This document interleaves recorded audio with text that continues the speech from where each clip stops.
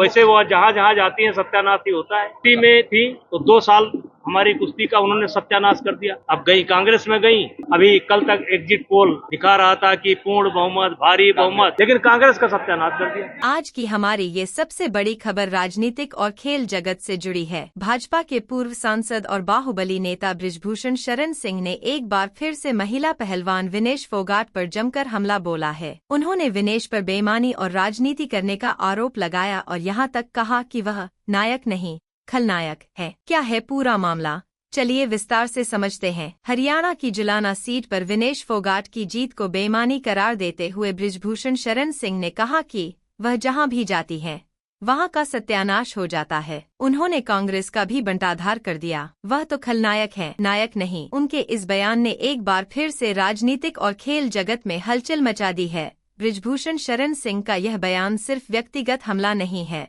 बल्कि इसके पीछे राजनीतिक मकसद भी नजर आता है। विनेश फोगाट का कांग्रेस से जुड़ना और चुनाव लड़कर उनका जीतना अब भाजपा के लिए एक चुनौती बन सकता है, खासकर हरियाणा जैसे राज्यों में जहां खेल और राजनीति का गहरा संबंध है। गौरतलब है कि विनेश फोगाट समेत कई महिला पहलवानों ने बृजभूषण शरण सिंह पर यौन उत्पीड़न के गंभीर आरोप लगाए थे, जिसके बाद दिल्ली में लंबे समय तक पहलवानों का आंदोलन चला। उस दौरान बृजभूषण सिंह भारतीय कुश्ती महासंघ WFI के अध्यक्ष थे। विनेश और उनके साथी पहलवानों ने इस आंदोलन के जरिए बृजभूषण की भूमिका को उजागर करने की कोशिश की थी, जिसे उन्होंने राजनीति से प्रेरित बताया था। हाल ही में विनेश फोगाट के कांग्रेस में शामिल होने और चुनाव लड़ने की घोषणा ने भी बृजभूषण के आरोपों को और हवा दी है। उन्होंने कहा था, इससे साबित हो गया कि पहलवानों का आंदोलन राजनीति से प्रेरित था और कांग्रेस ही इसके पीछे थी। बृजभूषण का ये बयान न सिर्फ विनेश पर बल्कि पूरे महिला पहलवानों के आंदोलन पर हमला है। उनका ये बयान महिलाओं की सुरक्षा और सम्मान के मुद्दे को दरकिनार करने की कोशिश सी लगती है,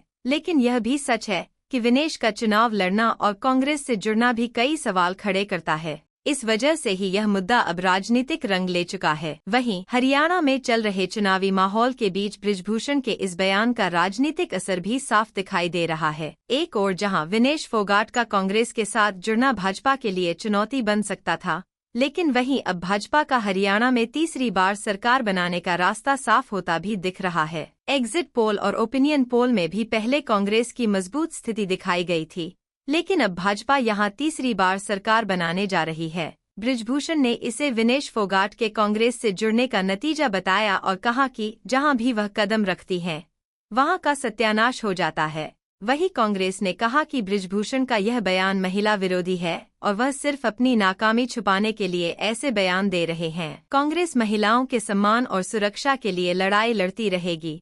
बृजभूषण शरण सिंह और विनेश फोगाट के बीच यह विवाद अब व्यक्तिगत लड़ाई से बढ़कर एक राजनीतिक जंग का रूप ले चुका है। देखना यह होगा कि इस बयानबाजी का असर आगामी चुनावों और जनता की राय पर कितना पड़ता है।